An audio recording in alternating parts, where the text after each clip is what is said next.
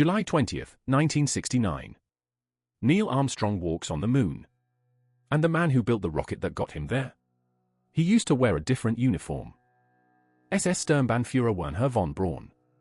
Hitler's chief rocket scientist. The man who built the VA-2 missiles that killed thousands of Londoners.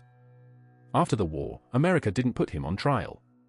They gave him a passport, a lab, a budget, and eventually, they put him on television. He wasn't alone. Over 1,600 Nazi scientists, engineers, and doctors were secretly brought to America. This is Operation Paperclip. And the whole thing starts with a race. Spring 1945. The Third Reich is collapsing. Berlin is encircled. Hitler will be dead in weeks. But the real scramble has nothing to do with territory. Both America and the Soviet Union want the same thing. Not land. Not gold. Not even the Nazi gold. They want the scientists. The American operation was called Overcast, later renamed Paperclip. The Soviet equivalent was Operation Oso Aviakim. Both had one goal: grab every German scientist before the other side does. The crown jewel was a place called Mittelwerk. An underground factory tunneled into a mountain in central Germany.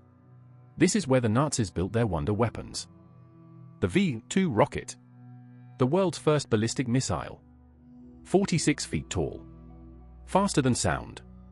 It could hit London from 200 miles away with no warning. No air raid siren. Just silence. Then explosion.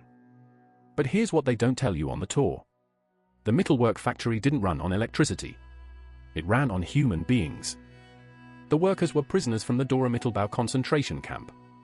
They lived inside the tunnels. Slept in the damp. Died of starvation, disease, and exhaustion building rockets. An estimated 20,000 of them. More people died building the VO2 than were ever killed by the VO2 as a weapon. Let that sink in. And Wernher von Braun?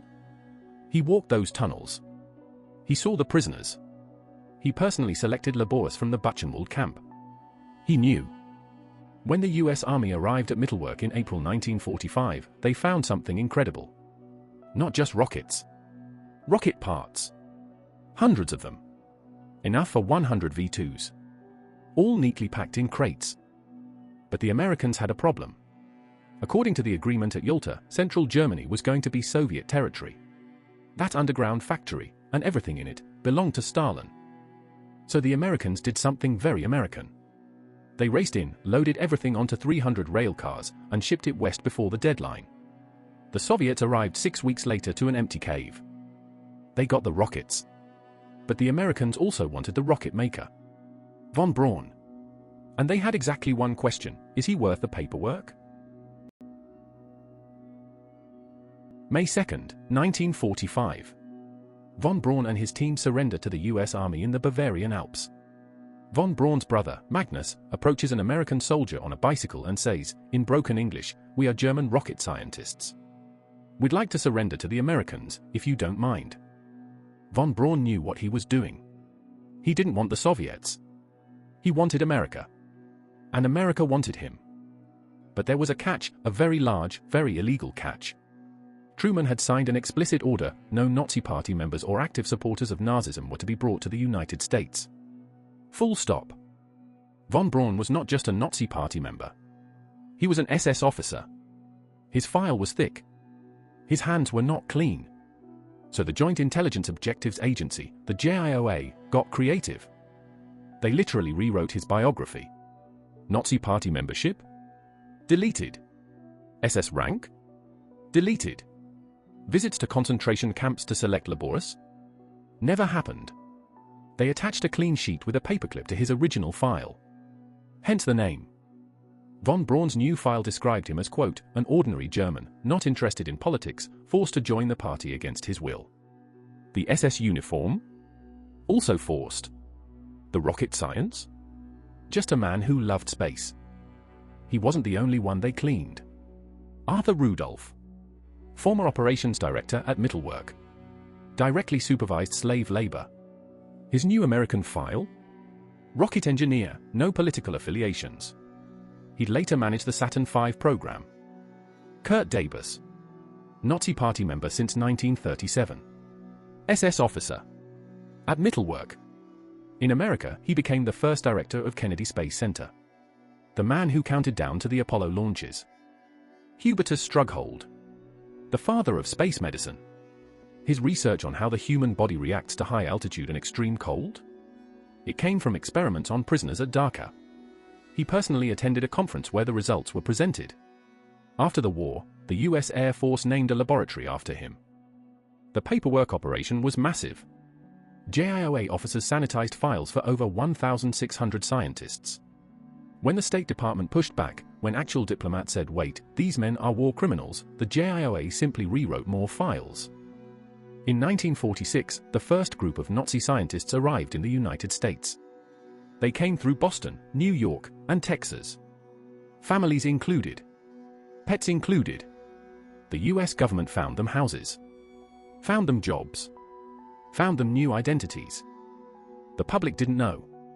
The press was told they were German scientists of high caliber who chose freedom over communism. Clean. Simple. Patriotic. And completely false. The scientists were initially sent to Fort Bliss, Texas, a remote desert army base. Later, they were moved to Huntsville, Alabama, a sleepy southern town that would soon become the rocket capital of the world.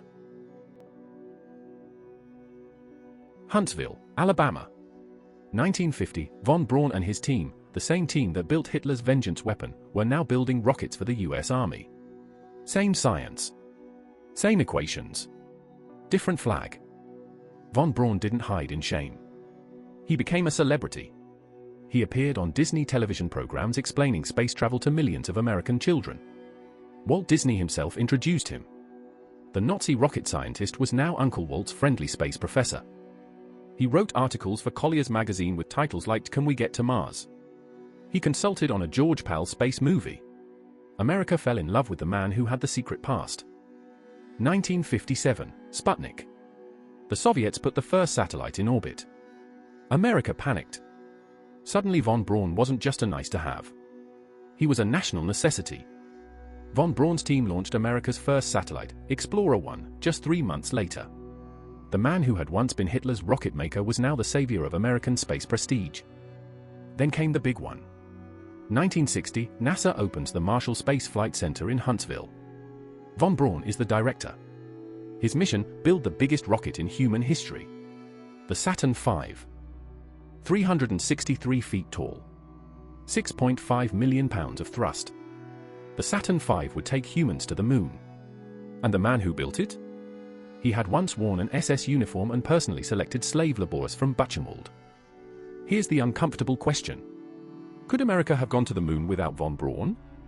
Probably not, or at least, not by 1969. The Soviets had Korolev, their own genius.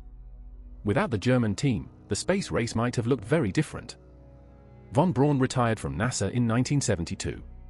He died in 1977, celebrated as an American hero. The Mittelwerk tunnels? They're a museum now. The tour mentions von Braun. Mostly the good parts. Arthur Rudolph didn't get away forever. In 1984, the Department of Justice finally investigated him.